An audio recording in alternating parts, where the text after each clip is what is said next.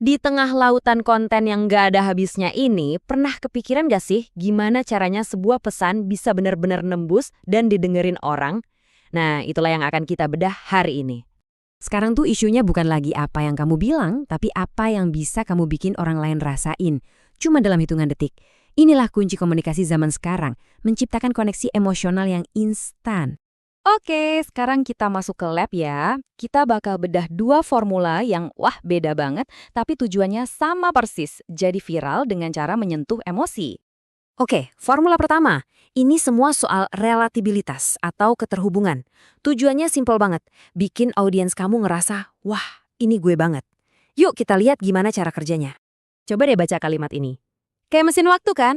Seketika kita langsung kelempar balik ke masa lalu, ke sebuah perasaan yang kita semua pernah alami. Ini tuh landasan bersama yang universal. Kayak yang sempurna kan? Nah, setelah kita diajak nostalgia, langsung dihantam sama kenyataan pahit. Cari kerja susah, gaji rasanya kurang terus, tuntutan hidup makin banyak. Setiap poin ini dirancang biar kita, tanpa sadar, ngangguk-ngangguk sendiri. Ini bukan lagi soal nostalgia, ini soal validasi perjuangan kita sehari-hari.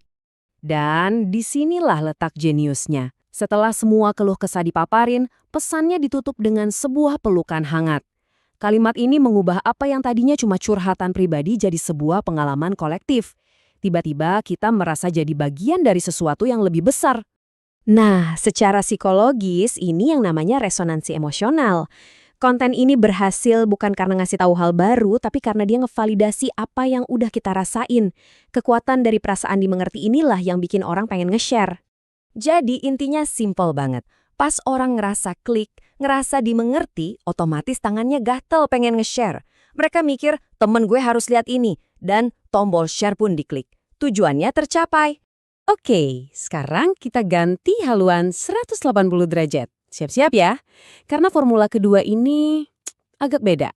Kalau yang tadi tuh kayak pelukan, yang ini tuh lebih kayak tamparan halus. Bikin kita sedikit nggak nyaman, tapi justru itu intinya. Langsung kerasa kan bedanya? Ini bukan ajakan, tapi perintah. Kalimat ini tuh sebuah pattern interrupt, dia memotong semua kebisingan di kepala kita dan langsung nyedot perhatian. Mau nggak mau, kita pasti dengerin apa yang akan dia bilang selanjutnya.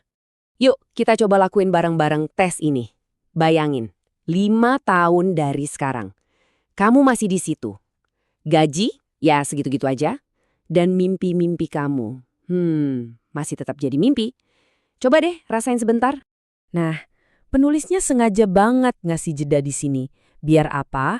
Biar rasa nggak nyaman tadi, meresap dulu. Dan jedap, pertanyaan ini nusuk banget kan? Datangnya pas setelah kita dibikin gelisah. Ini bukan lagi pesan, ini tantangan langsung.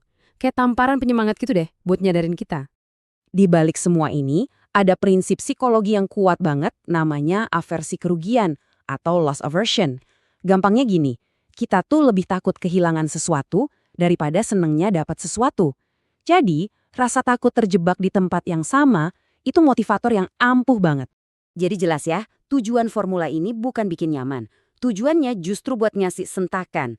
Sebuah momen dek yang bikin kita mikir dan pengen berubah saat itu juga.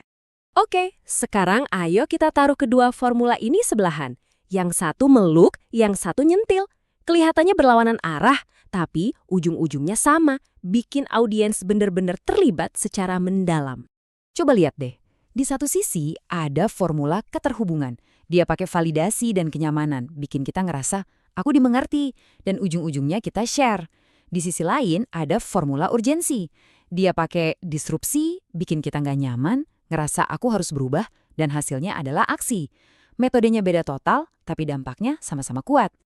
Nah, ini dia poin utamanya. Kita tuh sering mikir koneksi itu harus selalu yang anget-anget, yang nyaman.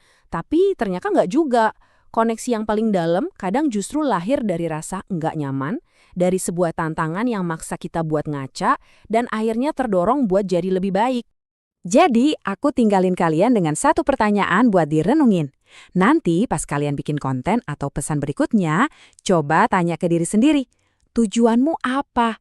Mau ngasih pelukan lewat rasa nyaman, atau mau ngasih dorongan lewat sebuah tantangan? Pilihanmu bakal menentukan segalanya.